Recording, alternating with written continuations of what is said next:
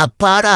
ஒரு வழியா தொடர் தோல்விகளுக்கு பிறகு இந்திய அணிக்கு வெற்றி கிடைச்சிருக்குங்க. T20 வேர்ல்டு கப் வின் பண்ண இந்தியன் டீமு அதுக்கப்புறம் ஸ்ரேயாஸ் ஐயர் கேப்டன்சியில 7 போட்டியில 7மே தோல்வி. அயர்லாந்துக்கு எதிராக 2-0 தொடர இழந்தாங்க.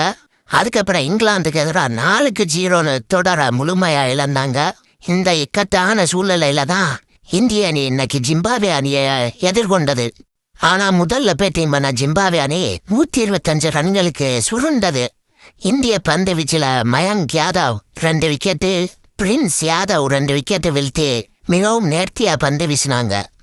எளிய இலக்கை விருத்திய இந்திய அணிக்கு நம்ம சிங்க குத்தி வைபவ் சூரியவன்சி 18 பந்துல 50 ரன் அடிச்சாரு. 4 4 4 6. 19வது பந்துல அவுட் ஆயிட்டாப்ல. அப்புறம் வந்த இசான் கிசான், ஸ்ரேயாஸ் ஐயர் தட்டி இந்திய அணிய 13வது ஓவர்ல வெற்றிக்கு அழைத்து சென்றார்கள்.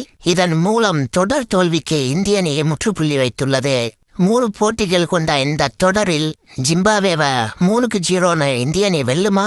உங்க கருத்துக்களை கமெண்ட்ல சொல்லுங்க.